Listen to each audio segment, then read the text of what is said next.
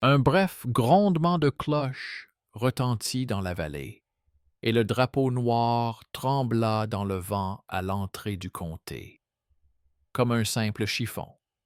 Mais tout le monde comprit immédiatement. Un jeu étranger avait commencé, dans lequel les pauvres n'avaient généralement qu'un rôle de témoins silencieux.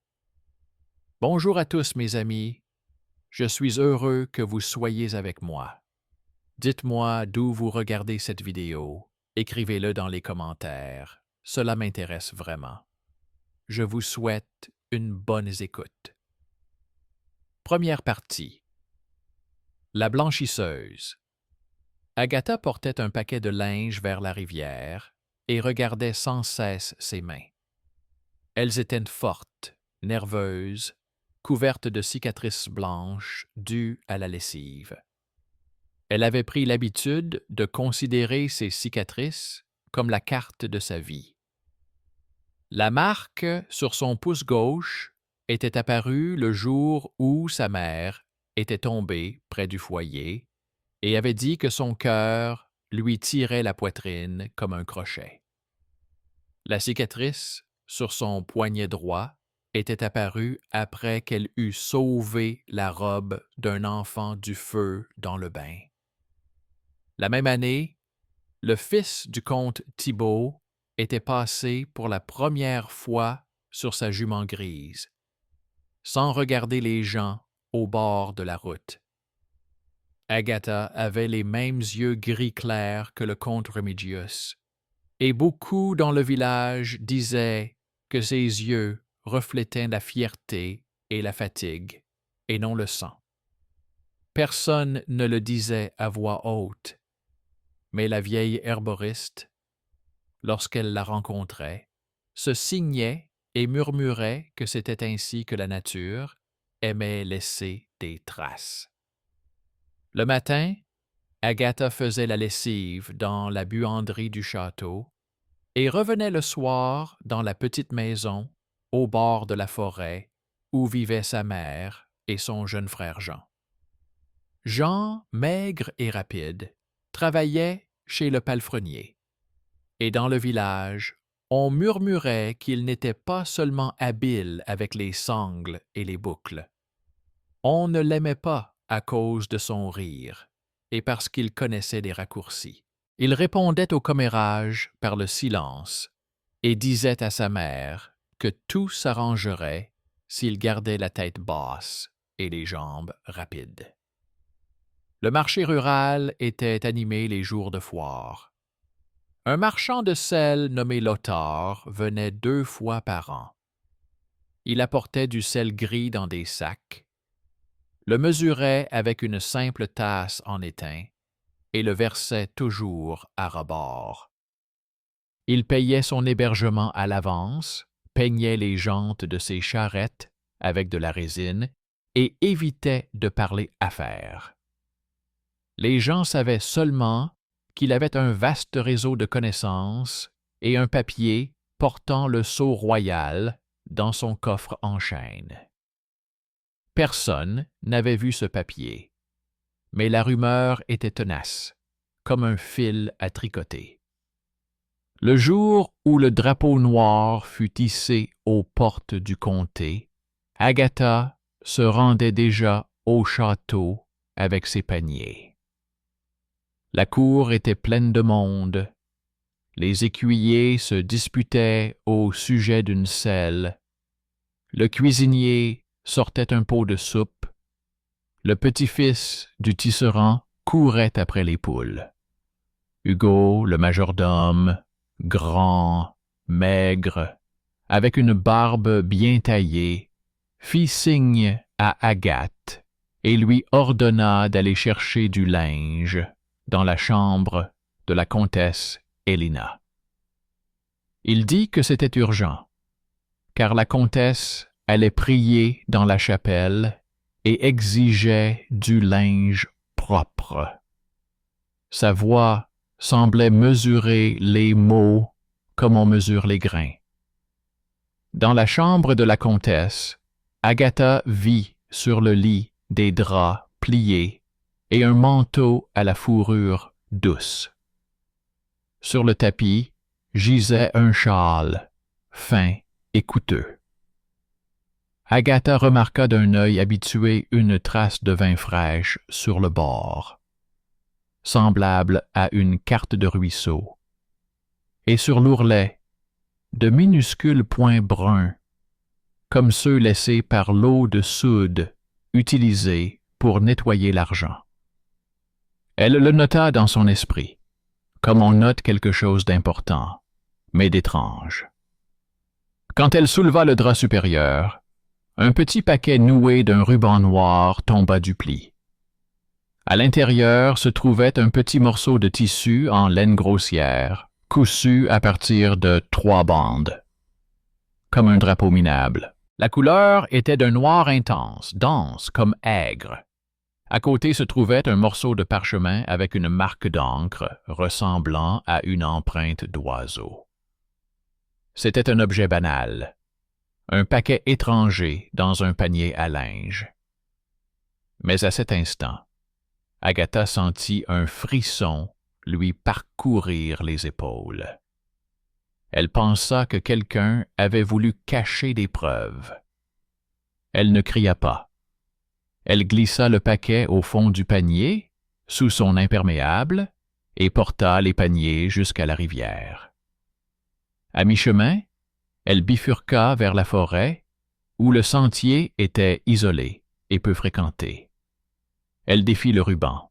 La couture dans le coin du drapeau était grossière et comportait des points espacés, comme si elle avait été cousue par une main habituée au sac plutôt qu'au tissu fin. Des lettres apparurent sur le parchemin. Ce n'étaient pas des mots, mais des chiffres. Agatha savait compter, mais savait à peine lire.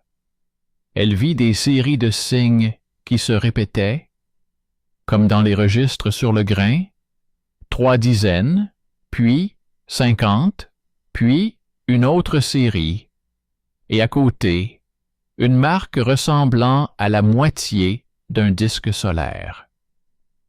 Tout était écrit avec la même encre noire qui laissait une trace sèche sur les doigts. Agatha cacha le paquet dans un sac à cendres. À partir de ce moment, le monde devint plus calme. Elle remarqua que le steward Hugo avait posé la main sur la poignée de son poignard lorsque 2 paysans passèrent devant lui. Elle remarqua que la comtesse Helena avait remis la clé à la servante, les yeux rougis, mais le visage impassible. Elle remarqua que le fils du comte Thibault s'était arrêté devant la porte de la buanderie et avait déclaré que les draps blancs étaient magnifiques. Il l'avait dit sans sourire, mais ses mots étaient tranchants comme des couteaux. Le soir, dans la chaumière, sa mère lui demanda pourquoi elle était en retard. Agatha répondit qu'il y avait beaucoup de linge à laver. Sa mère se mit à remuer la soupe, mais s'assit bientôt sur un tabouret, s'appuya sur la table et se mit à respirer rapidement. Agatha jeta une bûche dans le feu et pensa qu'il fallait aller voir la guérisseuse. Jean entra en courant, sentant les chevaux, et dit qu'il y avait un drapeau noir à la porte, que dans la ville, on murmurait à propos des arriérés et des nouvelles taxes pour la guerre, que le steward avait ordonné de répertorier les charrettes et les mesures, comme si les machines et les chiffres décidaient qui devait vivre. Il a ajouté que le sceau du petit mort avait disparu dans l'écurie et que le palefrenier jurait, alors qu'il avait peut-être simplement été perdu. La nuit, Agatha sortit le paquet, déplia le drapeau et posa sa main dessus. Le tissu était rugueux, mais la peinture ne déteignait pas, même dans l'eau. Cela signifiait qu'il avait été teint avec du suif coûteux ou de la bile de chêne. On ne pouvait pas acheter cela dans la colonie. Elle pensa au drapeau noir à la porte, au point sombre sur le bas de la cruche, au parchemin avec les chiffres, à côté desquels apparaissait le signe d'un demi-disque. Le demi-disque lui rappelait le cachet apposé sur les sacs de sel du marchand Lothar. Un large seau semi-circulaire qu'il apposait sur le papier lorsque l'argent était payé et que la marchandise avait été transportée. La matinée commença par un cri. Le majordome Hugo ordonna de rassembler les gens dans la cour. Il dit que le comte avait perdu un coffret en malachite contenant plusieurs petits seaux et qu'il fallait fouiller les maisons des employés du château. Il a ajouté que si quelqu'un l'avait volé, le comte se montrerait clément, si l'objet était rendu avant le coucher du soleil. Il a précisé que cette clémence devait être comprise à sa juste valeur. Il a prononcé ces mots d'un ton neutre, comme s'il lisait une liste de provisions. Mais beaucoup avaient les mains moites. La fouille arriva jusqu'à la chambre d'Agatha. On trouva un sac à cendres et, à l'intérieur, un ruban noir. On ne trouva pas le drapeau, car il n'était pas dans le sac. Agatha avait décousu la natte de paille pendant la nuit et caché le tissu à l'intérieur.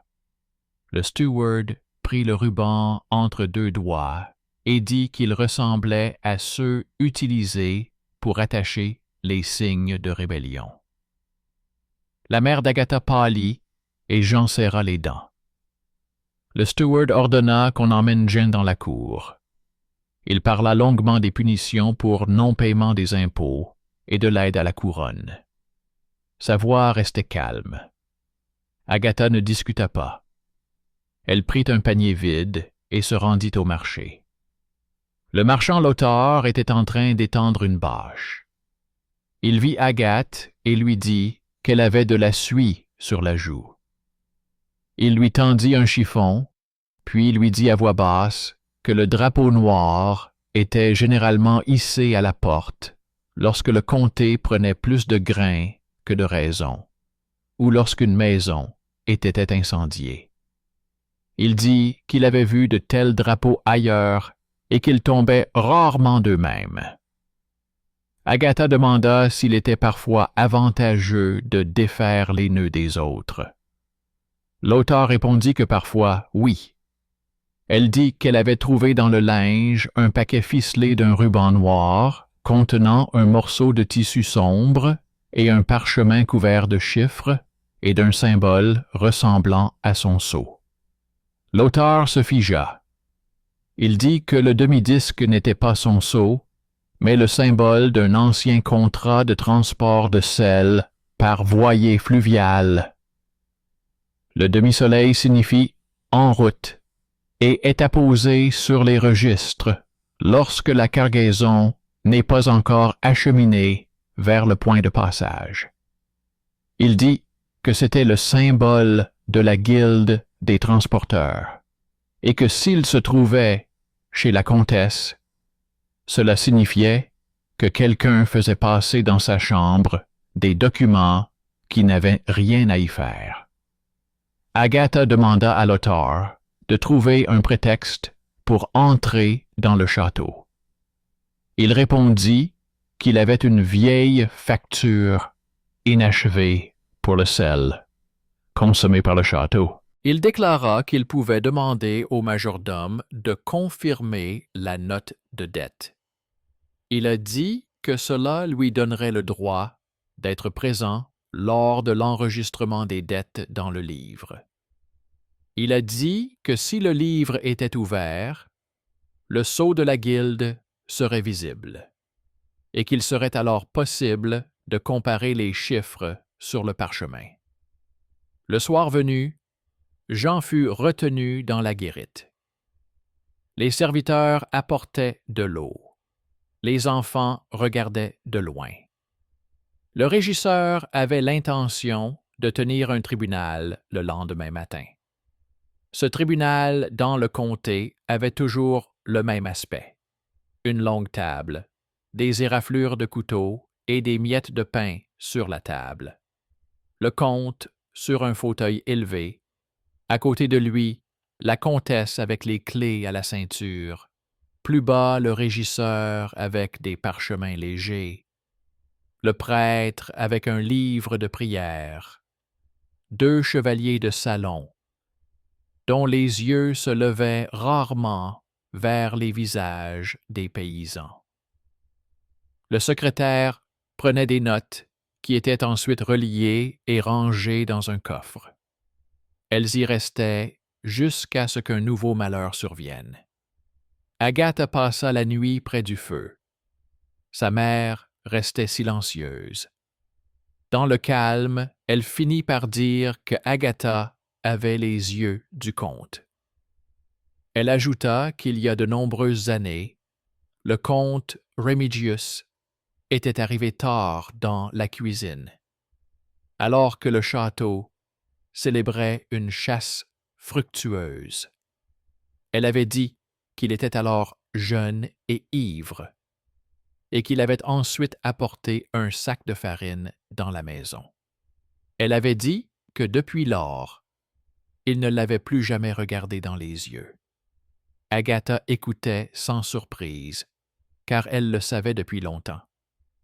Mais cette nuit-là, les mots tombèrent comme des pierres, non pas comme une plainte, mais comme la constatation d'un fait. Le matin, le marchand Lautar se présenta à la porte avec un coffre et 4 porteurs. Il dit au portier qu'il se rendait au tribunal pour confirmer une ancienne dette. Il montra un parchemin portant le sceau à l'encre de la chancellerie du château, sur lequel figurait effectivement un demi-disque et, à côté, une marque effacée par les doigts. Le gardien appela le majordome. Celui-ci eut un sourire en coin, mais le laissa passer. L'auteur entra dans la salle et se tint dans l'ombre, d'où il pouvait voir la table. Le procès commença par des mots secs. Le steward Hugo déclara que John était soupçonné d'avoir volé le sceau et d'avoir dérobé le signe de la rébellion, que l'on avait trouvé chez sa famille le ruban servant à attacher de tels signes, qu'il disparaissait souvent la nuit et qu'il connaissait des sentiers. Il a déclaré que cela était passible de 6 coups de bâton et d'un marquage au fer rouge, et que si sa participation au soulèvement de la bannière noire était confirmée, il serait également condamné à une amende en grains. Jean était pâle, mais il se tenait droit. Il a dit qu'il n'avait pris ni le sceau ni le drapeau. Il a ajouté que la nuit où le sceau avait disparu, il s'occupait d'un tas de bois près de l'écurie, car l'eau était devenue trouble. Le steward a dit que cela semblait plausible. Agatha leva la main et demanda la parole, comme si elle demandait de l'eau. On lui donna la parole. Elle s'approcha de la table et demanda à la comtesse le manteau qu'elle avait ramassé la veille à la blanchisserie. La comtesse fit signe à la servante. Agatha étala délicatement le manteau sur la table, passa son doigt sur l'ourlet et dit qu'il y avait là des taches fraîches provenant de l'eau de Javel, utilisée pour nettoyer les couverts et, parfois, les seaux. Elle expliqua que ces taches apparaissaient lorsque l'on touchait les bords des seaux et des marques en fer blanc. Elle montra une fine traînée de taches de vin sur le drap et ajouta que quelqu'un avait marché avec un verre et avait tiré sur le tissu, puis que le vin s'était renversé et que quelqu'un avait essayé de nettoyer la tache avec de l'eau. Elle a demandé au secrétaire d'apporter un bassin en bois et un chiffon propre. Elle a plongé le coin du manteau dans l'eau, qui a légèrement foncé, mais n'a pas pris la couleur. La teinture était résistante. Elle a dit que la teinture était un produit coûteux, accessible uniquement aux teinturiers du château, et qu'on ne trouvait pas ce type de teinture dans les villages. Elle a dit que celui qui cachait le paquet avec le ruban noir avait accès au château. Sinon, où aurait-il trouvé un tissu qui ne déteint pas dans la rivière? Le steward a dit que la blanchisseuse parlait trop. Le prêtre a dit que la vérité ne dépendait pas du statut social.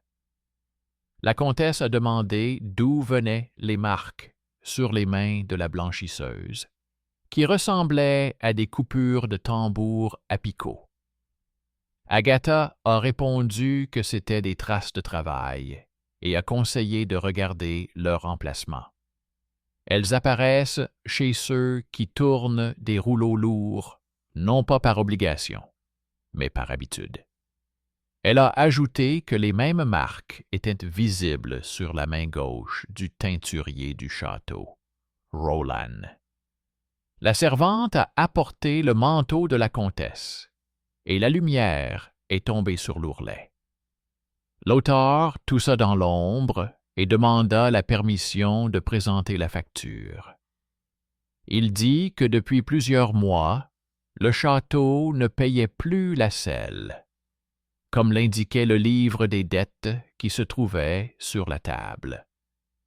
Il expliqua que, conformément à l'accord de la Guilde des transporteurs, un demi-soleil était inscrit sur le registre lorsque la marchandise était encore en route, et un soleil entier lorsqu'elle était arrivée.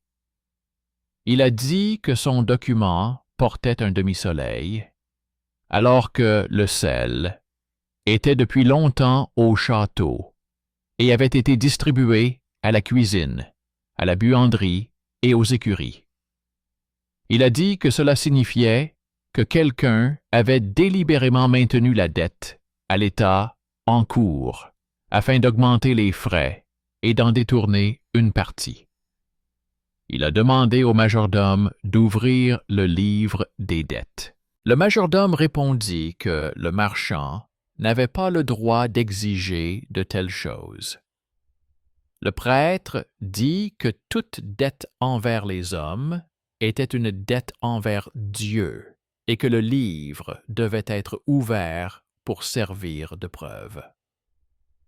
Le comte acquiesça et le secrétaire apporta un gros livre. Les pages sentaient la poussière et la graisse des doigts. L'auteur passa son doigt sur une série de signes. Dans la colonne « Celle », il y avait 3 dizaines, puis 50. À côté, un demi-soleil et une signature qui ressemblait à une corde tirée. Agathe a sorti du sac le parchemin trouvé dans le linge. Elle le posa sur le livre. Les signes coïncidaient, comme une clé dans une serrure. Le comte Remigius regardait les rangées de chiffres et le drapeau noir qui était visible à travers la fenêtre. Il avait l'air fatigué. Il dit qu'il voulait savoir qui avait apposé les signatures. Le majordome répondit que c'était le secrétaire qui tenait les registres, mais que c'était lui qui apposait les signatures, conformément à ses fonctions. Le secrétaire pâlit et dit qu'il n'avait inscrit que les dates et les montants. Il a dit que le steward lui apportait des feuilles déjà marquées d'un demi-soleil. Il a ajouté qu'avant chaque inscription, le steward entrait dans la chambre de la comtesse, sous prétexte de vérifier les tissus et leur séchage, puis sortait de sa chambre pour se rendre aux tables. Il a dit qu'il avait peur de parler parce qu'il avait des enfants. Jean a levé la tête et a dit que le seau des écuries n'avait pas disparu chez lui, mais à l'entrée du bain, où il était accroché à un clou lorsqu'on changeait les sangles. Il a dit avoir trouvé sur le sol une traînée de peinture noire, semblable à celle utilisée pour peindre les drapeaux. Il a dit que cette nuit-là, il avait vu une ombre près de la porte de la buanderie, tenant un paquet dans ses mains. Il a dit qu'il avait pensé à un voleur, mais que l'ombre s'était dirigée vers l'atelier du teinturier. Il a dit qu'il avait voulu parler, mais qu'on l'avait empêché, car personne n'écoute quelqu'un qu'on considère comme fou et léger. Le steward Hugo a souri. Il a dit qu'on ne pouvait pas se fier au témoignage d'un gamin. L'auteur demanda au comte de prêter attention à une autre chose. Il dit que le drapeau noir à la porte était cousu de 3 bandes de laine grossière de différentes densités, mais teintes de la même manière durable. Il dit que cela était possible si le teinturier avait accès à une grande cuve et maintenait le tissu longtemps, jusqu'à saturation complète. Il ajouta qu'il n'y avait pas de telle cuve dans le village, mais qu'il y en avait au château. Il dit que les signes sur le parchemin avec le demi-soleil avaient été cachés dans le linge de la comtesse, ce qui signifiait que quelqu'un avait utilisé sa chambre comme passage secret. Il dit que peu lui importait qui c'était. Seul son devoir comptait. Mais la vérité est importante pour tout le monde. La comtesse Helena croisa doucement les mains. Elle dit que la clé de sa chambre était toujours attachée à sa ceinture, mais que la nuit dernière, le steward la lui avait demandé sous prétexte de vérifier le coffret contenant les rubans de rechange pour les sceaux. Elle a dit avoir remis la clé à sa place habituelle sans vérifier le coffret. Elle a dit avoir remarqué à l'aube de petites taches ressemblant à de l'eau argentée sur la dalle de marbre. Elle a dit avoir gardé le silence parce qu'elle craignait un scandale. Et elle réalise maintenant que c'est précisément son silence qui a entraîné les autres dans cette spirale. Le steward Hugo a regardé tout le monde d'un air impassible. Il a dit qu'il faisait ce qui était nécessaire pour le comté, qu'il collectait les impôts pour la couronne et qu'il économisait le sel lorsque celui-ci était consommé sans modération. Il a déclaré que le drapeau noir à la porte était un jeu d'enfant organisé par quelqu'un pour semer la confusion parmi les gens avant la collecte d'un nouvel impôt. Il a déclaré qu'il travaillait depuis des années et qu'il se moquait de ce que pensaient les blanchisseuses et les marchands. Il a dit qu'il était prêt à confirmer les registres par n'importe quel sceau. Il a levé la main, mais à ce moment-là, la porte s'est ouverte et un messager est entré avec une pile de parchemins. Il a dit qu'une foule s'était rassemblée à la porte et que le prieur de l'abbaye demandait à être admis dans la salle. Il a ajouté que le prieur avait en main une lettre de la capitale portant un grand sceau. Le prieur entra sans se presser. Il déclara qu'il reconnaissait le droit du comte à percevoir des impôts, mais qu'il constatait des plaintes systématiques concernant le doublement des corvées et les dettes cachées. Il dit que la chancellerie royale avait envoyé un inspecteur qui arriverait dans 2 semaines et que, dans l'intervalle, le prieur avait le droit d'exiger un inventaire provisoire des biens et des dettes afin de les comparer. Il a dit qu'il dicterait la procédure. Le livre des dettes est ouvert, les lettres sont recomptées, les sceaux sont vérifiés. Il a dit que les sanctions étaient suspendues pendant cette période. Il a ajouté que l'abbaye avait un professeur qui savait vérifier la composition de l'encre. Le steward pâlit pour la première fois. Il dit qu'il n'avait pas l'intention de laisser les moines lui apprendre son métier. L'auteur posa son coffre sur la table. Il dit qu'il contenait une note de dette du comté qu'il avait rachetée à un autre marchand 3 ans auparavant. Il a ajouté que ce document portait la signature du comte et une petite annotation indiquant un ancien prêt personnel accordé à une femme de la cuisine du château.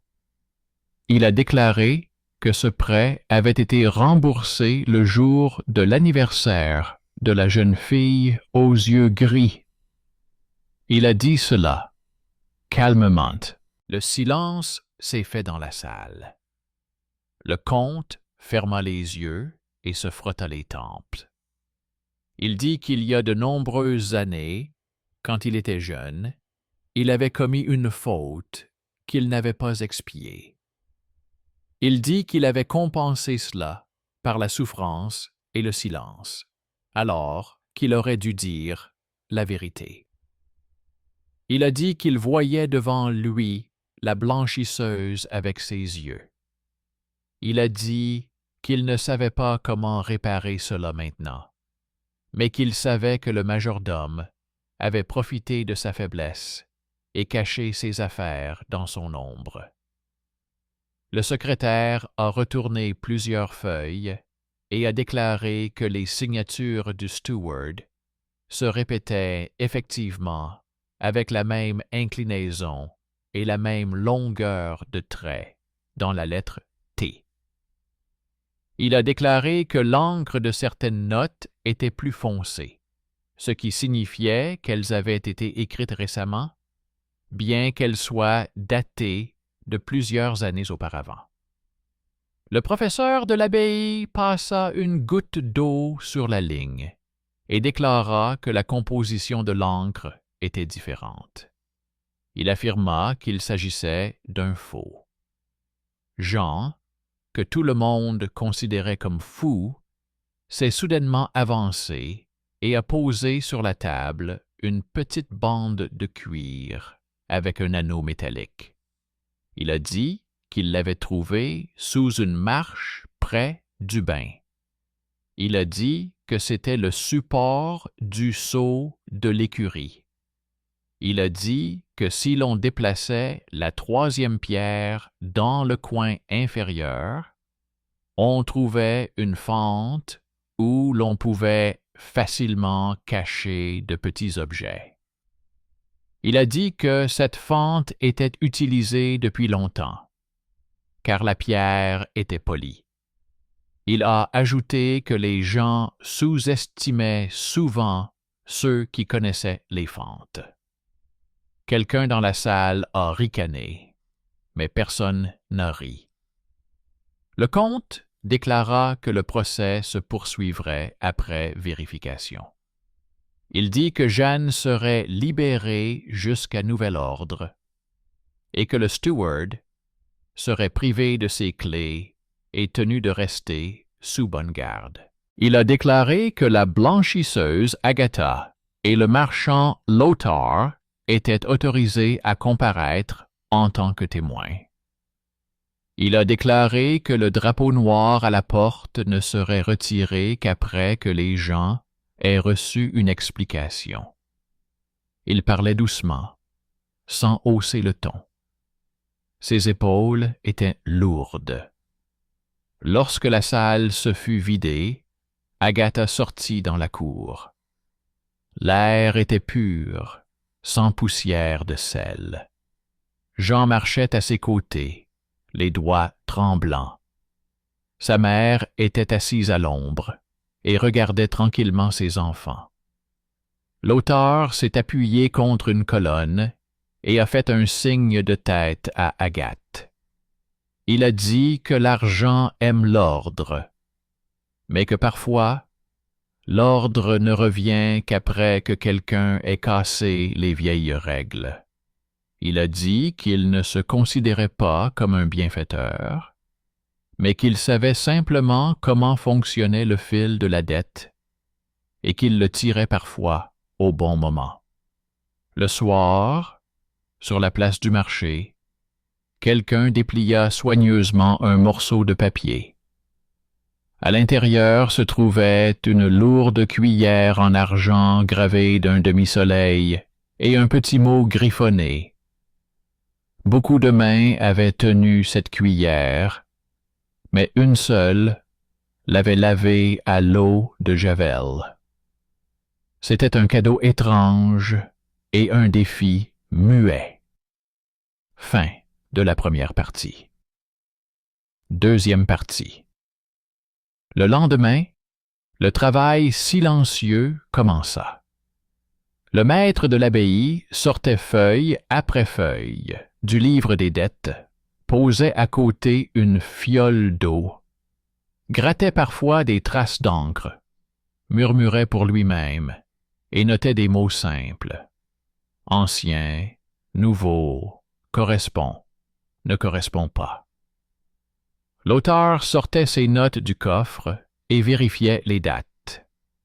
Le secrétaire apportait des listes de sacs de sel, de toile, de fer et de bougies.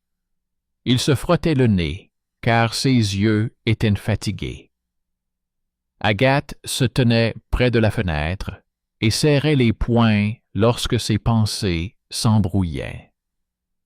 Le steward était gardé par 2 hommes du comte. Il était assis droit, comme toujours. Il n'avouait rien, se contentant de répéter qu'il défendait la propriété. Le soir, un groupe de paysans s'est présenté à la porte. Ils ne criaient pas. Ils ont montré leurs fourches cassées et leurs paumes gercées.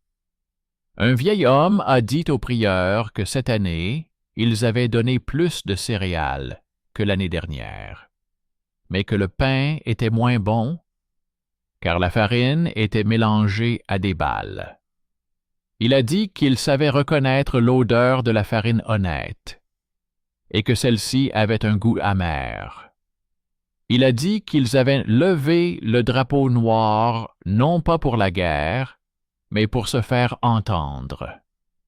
Il a dit qu'ils étaient fatigués d'avoir peur pour leurs enfants, car ils ne savaient pas comment les nourrir pendant l'hiver. Le supérieur écoutait, acquiesçait et prenait des notes. Il a dit qu'il allait rassembler les listes et les comparer avec le livre du régisseur. Il a dit que le vieil homme devait apporter un sac de farine et montrer comment elle s'écoulait. Le lendemain, le vieil homme est venu avec un sac. La farine était grise et contenait des grains durs qui craquaient sous la dent. Le maître de l'abbaye a dit que c'étaient des brisures et des impuretés, que l'on ajoutait à la farine pour en augmenter le poids. Il a ajouté que la farine ainsi obtenue était lourde à digérer. Il a expliqué que ceux qui agissaient ainsi cherchaient à atteindre leurs objectifs chiffrés sans se soucier des gens. Agatha, pendant ce temps, avait rapporté de la buanderie un tambour en bois cassé qui aurait dû être réparé depuis longtemps. Elle a dit qu'il y avait des traces de peinture noire sur le maillet, la même que celle sur la bannière noire. Elle a ajouté que le tambour était rarement sorti dans la salle, mais que le steward était venu lui-même la semaine dernière pour voir comment se déroulait la lessive, et avait pris les chevilles dans ses mains. Elle a dit qu'il avait de nouvelles cicatrices sur les doigts, comme s'il s'était récemment brûlé avec de la chaux. Elle a posé le tambour sur la table et a montré la ligne de peinture. Le professeur de l'abbaye a appliqué un morceau de drapeau tissé sur la trace. Le fil a attrapé quelques miettes et la couleur correspondait. Le comte ordonna d'appeler le teinturier Roland. Celui-ci arriva, s'inclina profondément et parla rapidement. Il dit qu'il avait teint le tissu sur ordre de l'intendant. La nuit, quand tout était calme dans la cour, et qu'il s'agissait d'un tissu d'entraînement pour les bannières, dont il fallait tester la résistance. Il dit qu'il était payé en espèces, sans passer par la comptabilité. Il a dit qu'il pensait qu'il s'agissait d'une préparation militaire, car l'intendant avait parlé d'un éventuel contrôle depuis la capitale et de la nécessité de montrer l'ordre. Il a déclaré avoir donné au steward du ruban noir pour attacher les paquets et que le ruban était conservé dans le coffre de la comtesse, car cet endroit était sec et propre. Il a déclaré avoir obéi sans discuter à l'ordre, car il avait peur de perdre son emploi. L'auteur a demandé la permission de poser une question à Roland.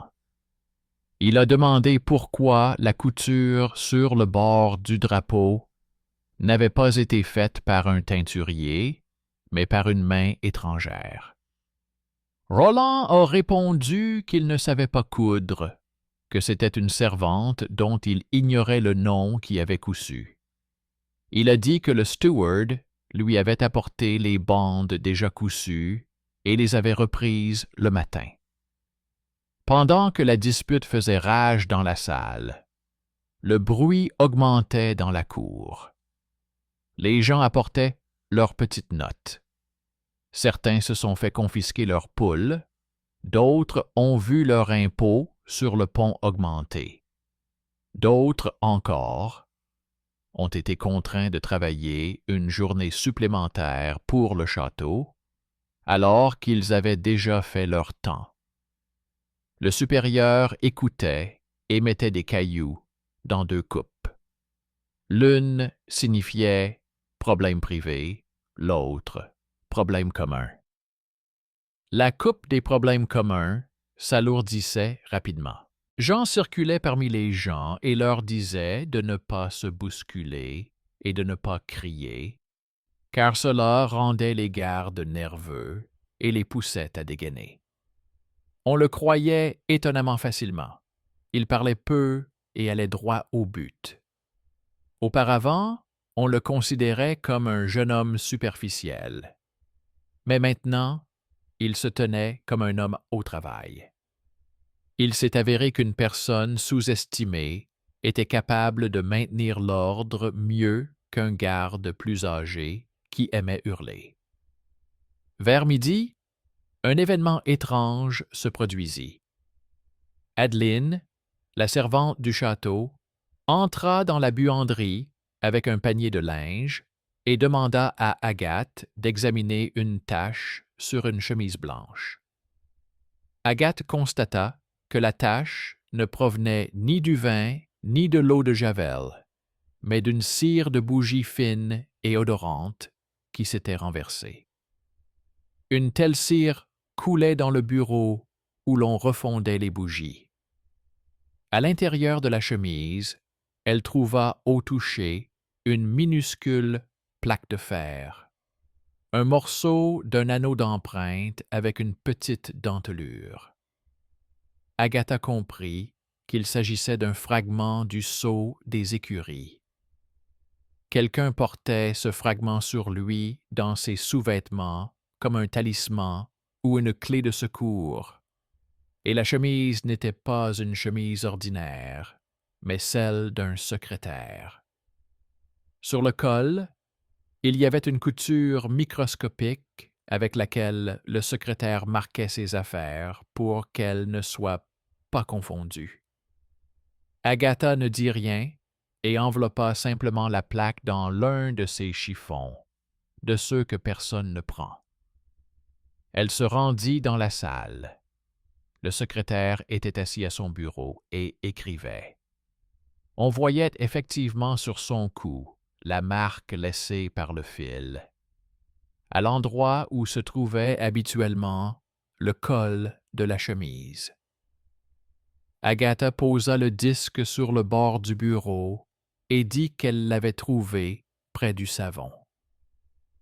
Le secrétaire pâlit et dit que le petit tampon avait disparu une semaine auparavant, mais qu'il avait peur de le dire. Il dit qu'il avait honte. Il dit qu'il y avait alors un steward dans la pièce et que quelqu'un d'autre avait laissé des miettes de pain et de beurre sur la table, ce qui ne se fait pas dans un bureau. Il a dit qu'il avait vu le steward se frotter les mains avec un chiffon qui sentait fortement l'eau de Javel. Il a dit qu'il avait pensé à un hasard, mais qu'il comprenait maintenant qu'il s'agissait d'une chaîne. Le supérieur a dit que cela suffisait. Il a annoncé que le steward était suspendu et que ses biens seraient mis sous scellé jusqu'à l'arrivée de l'inspecteur royal. Il a déclaré que Jeanne était innocentée.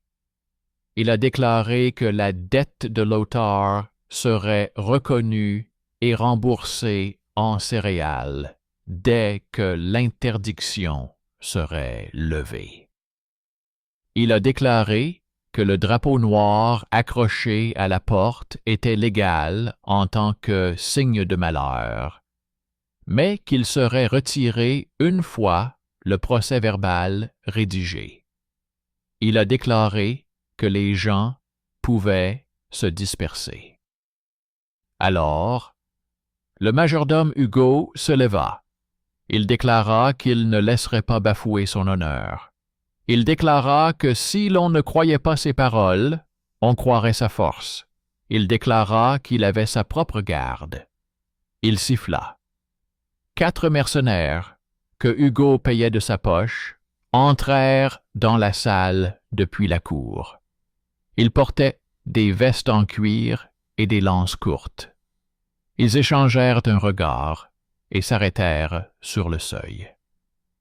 Agatha remarqua que l'un d'eux avait jeté un regard en coin à l'auteur. Peut-être connaissait-il le marchand. Peut-être connaissait-il son étal. Ce fut un moment où le drame familial se mêla à la menace. La vie quotidienne devint un thriller, car un seul geste maladroit pouvait mener au sang. À ce moment-là, celui que l'on considérait comme insignifiant se révéla à nouveau utile. Jean, qui se tenait près de la porte, se précipita vers la pile au bout de la salle, retira le coin en bois qui maintenait le couvercle et le renversa. De l'eau, lourde et glacée, se déversa du coffre. Elle recouvrit les pieds des mercenaires et rendit le sol glissant. Les hommes reculèrent.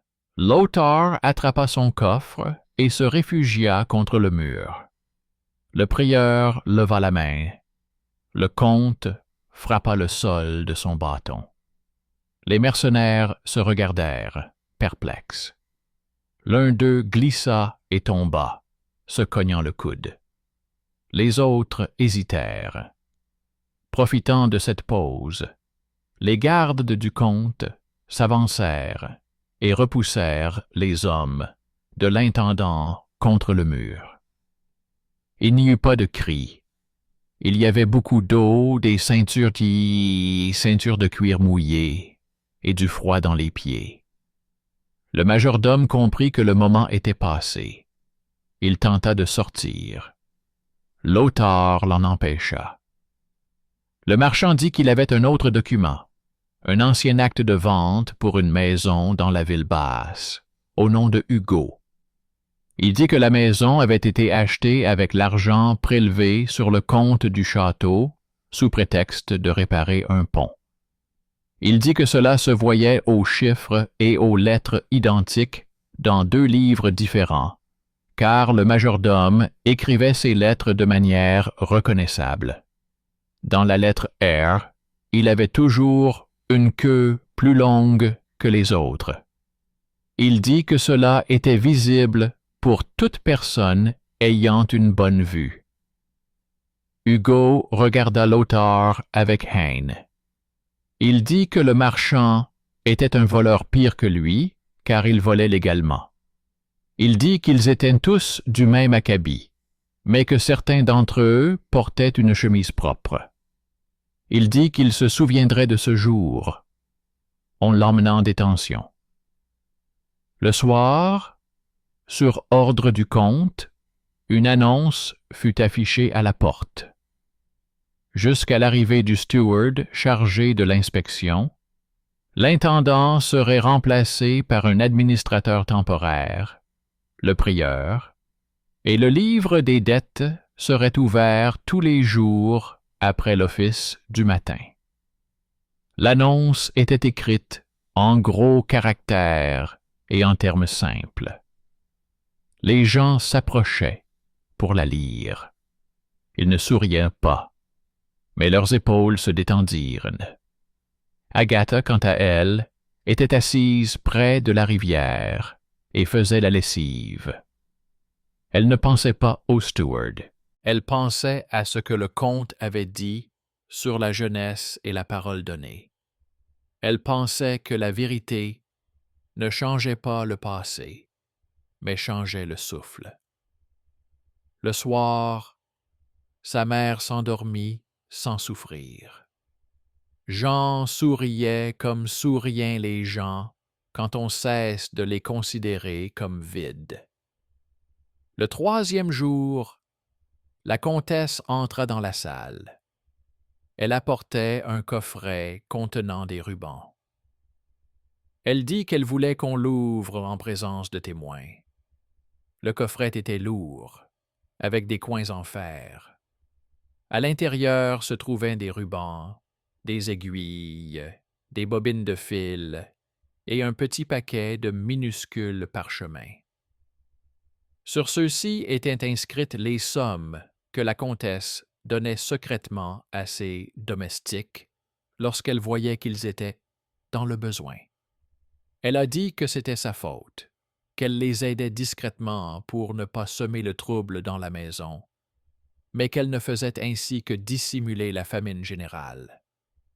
Elle a dit que le jour où le sceau avait disparu, l'intendant lui avait pris ses rubans et ses notes.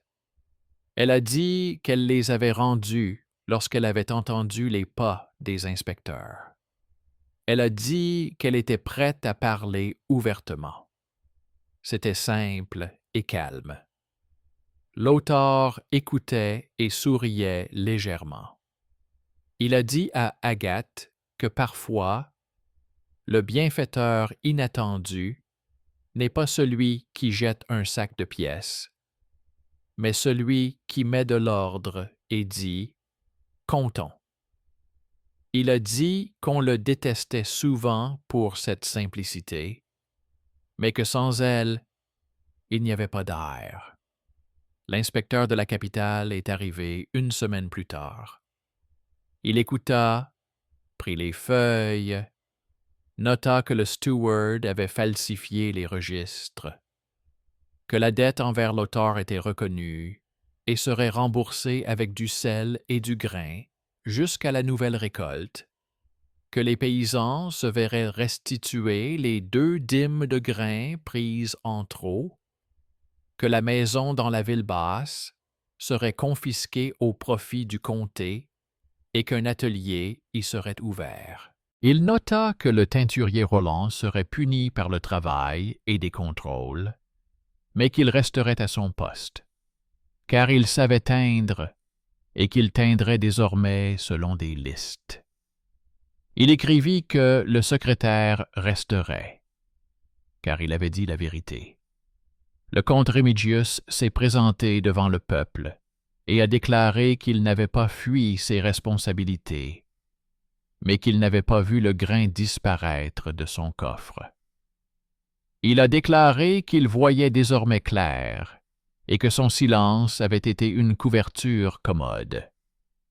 Il a déclaré qu'il ordonnait de libérer la blanchisserie d'une partie de ses tâches, car les gens qui y travaillaient se courbaient plutôt que les autres.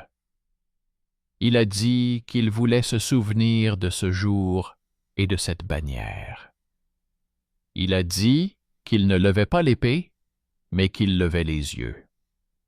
Cela ne semblait pas prétentieux, mais simple. Puis il s'est approché d'Agathe.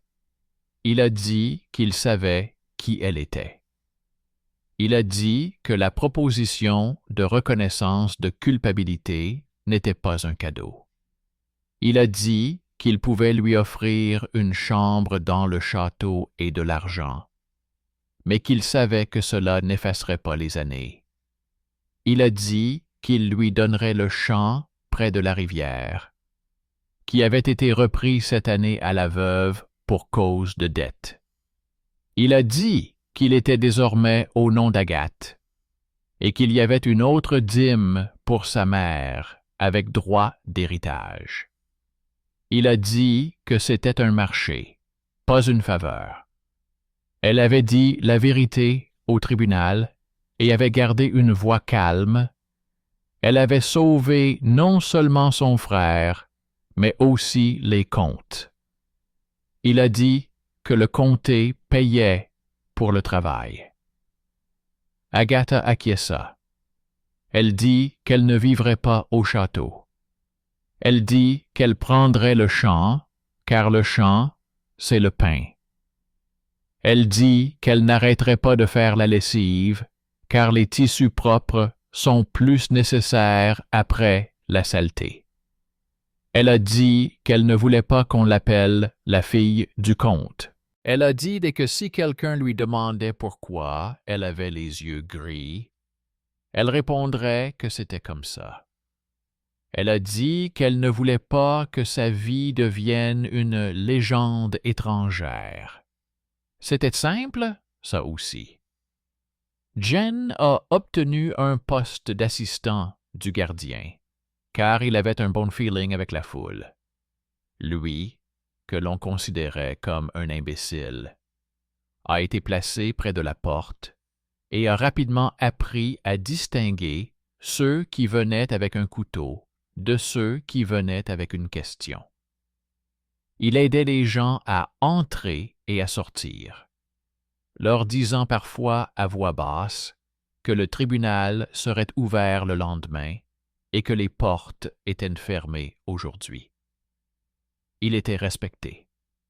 Il ne courait plus sans but dans les petits chemins, mais si nécessaire, il savait trouver un raccourci pour ceux qui ne pouvaient pas attendre. Le marchand Lauter est parti 2 semaines plus tard. Il a dit qu'il reviendrait au printemps. Il a dit qu'il aimait l'ordre dans les registres et les signatures claires. Il a dit que cette fois-ci, il n'avait pas été payé en monnaie, mais en confiance, et que c'était une denrée rare. Il avait dit à Agathe que si jamais elle avait besoin de personnes lointaines, elle pouvait lui écrire un message sur du parchemin. Un demi-soleil à côté de la lettre L. Il avait dit qu'il avait de longs fils.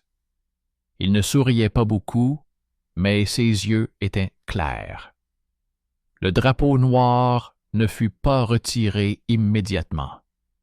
Il ne fut retiré non pas parce qu'on l'avait ordonné, mais parce qu'un nouveau panneau était apparu sur la porte.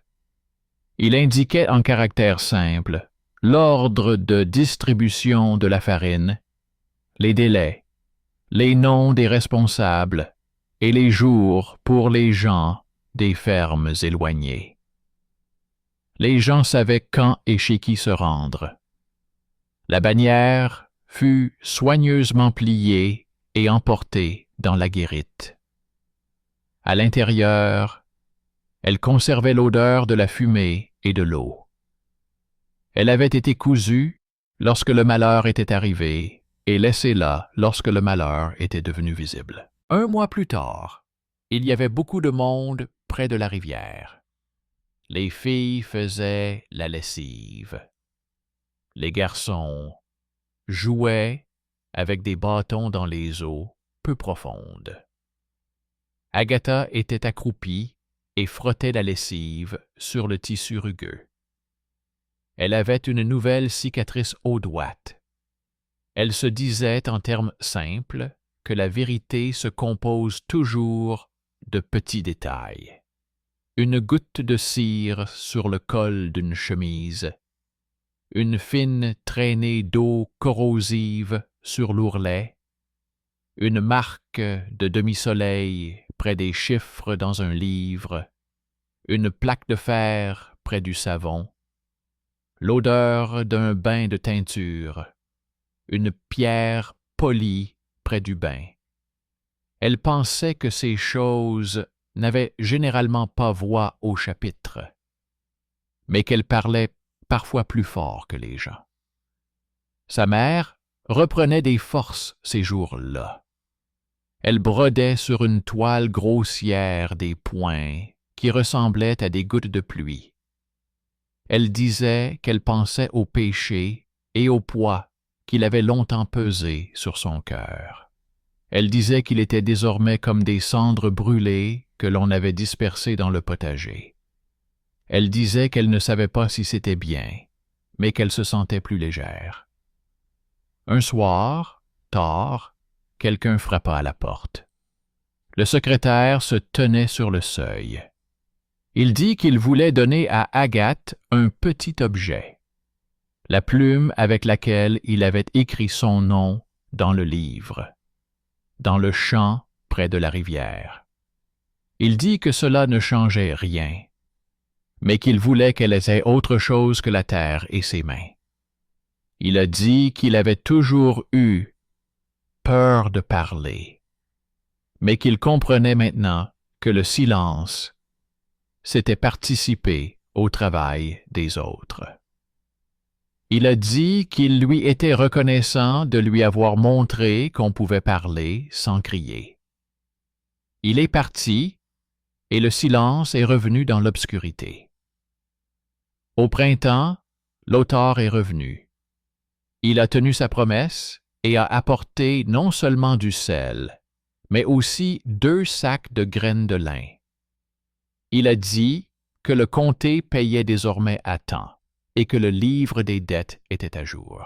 Il a dit qu'il conservait l'ancienne note de prêt personnel du passé et qu'elle était définitivement remboursée, grâce à un nouvel accord entre le comte et Agatha.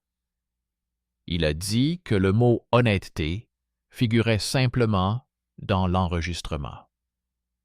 Hugo, quant à lui, était assis dans la tour. Il ne se repentait pas. Il disait qu'il avait fait de son mieux.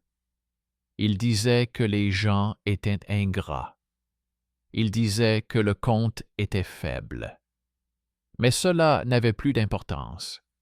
Sa maison dans la ville basse était devenue un atelier où l'on teignait des tissus et où l'on apprenait à ne pas mélanger les rubans d'impression avec les chiffons de la blanchisserie.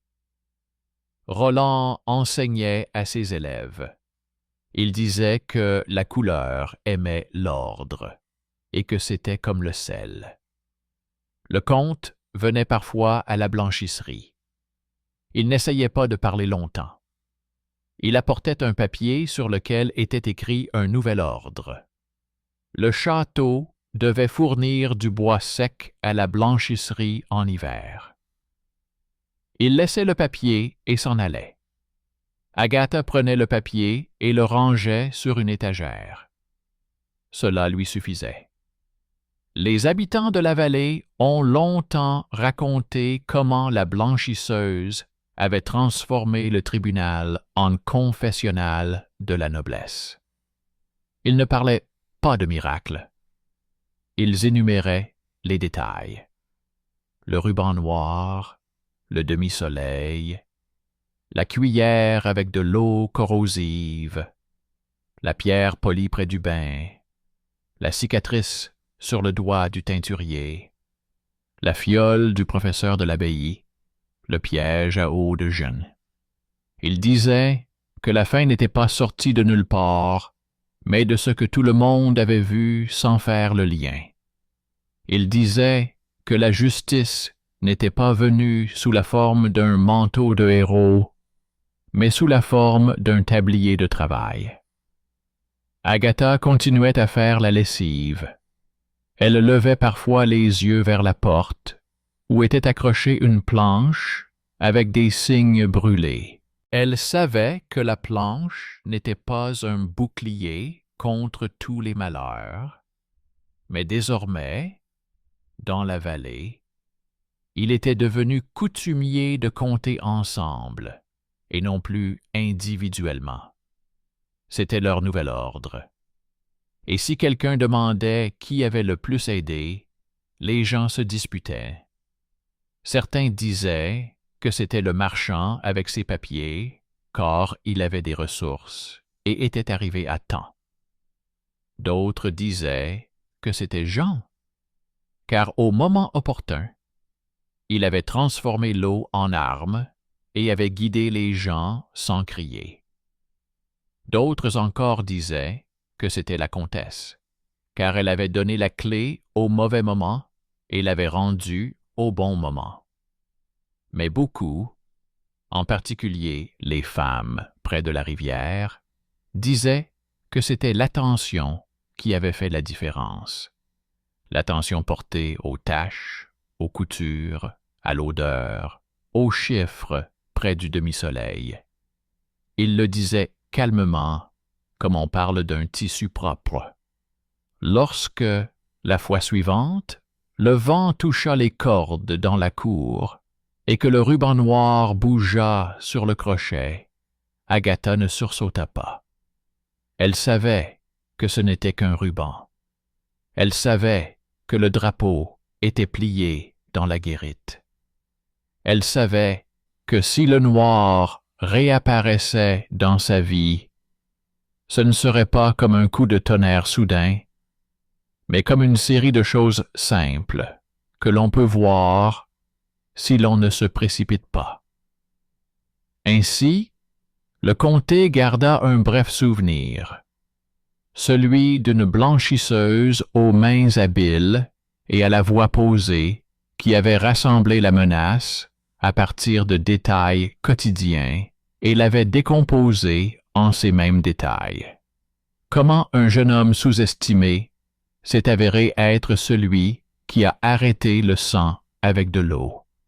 Comment un étranger doté d'un pouvoir administratif est intervenu et a changé le cours des choses d'une seule décision. Comment une parenté cachée a cessé d'être un secret et est devenue simplement une note dans un dossier, ne donnant aucun droit, mais apportant de la clarté. Comment le drapeau noir à la porte n'était pas une malédiction, mais un signe honnête de malheur. Et comment la justice finale est venue du choix des personnes qui faisaient leur travail, et n'est pas apparue comme un miracle. Que ce souvenir soit comme une couture régulière, sans mots magnifiques, mais solide, et que les mains restent fermes et les yeux attentifs. Je vous souhaite une bonne soirée et une paix intérieure. Écrivez-moi d'où vous avez écouté cette histoire. Je lirai chaque commentaire.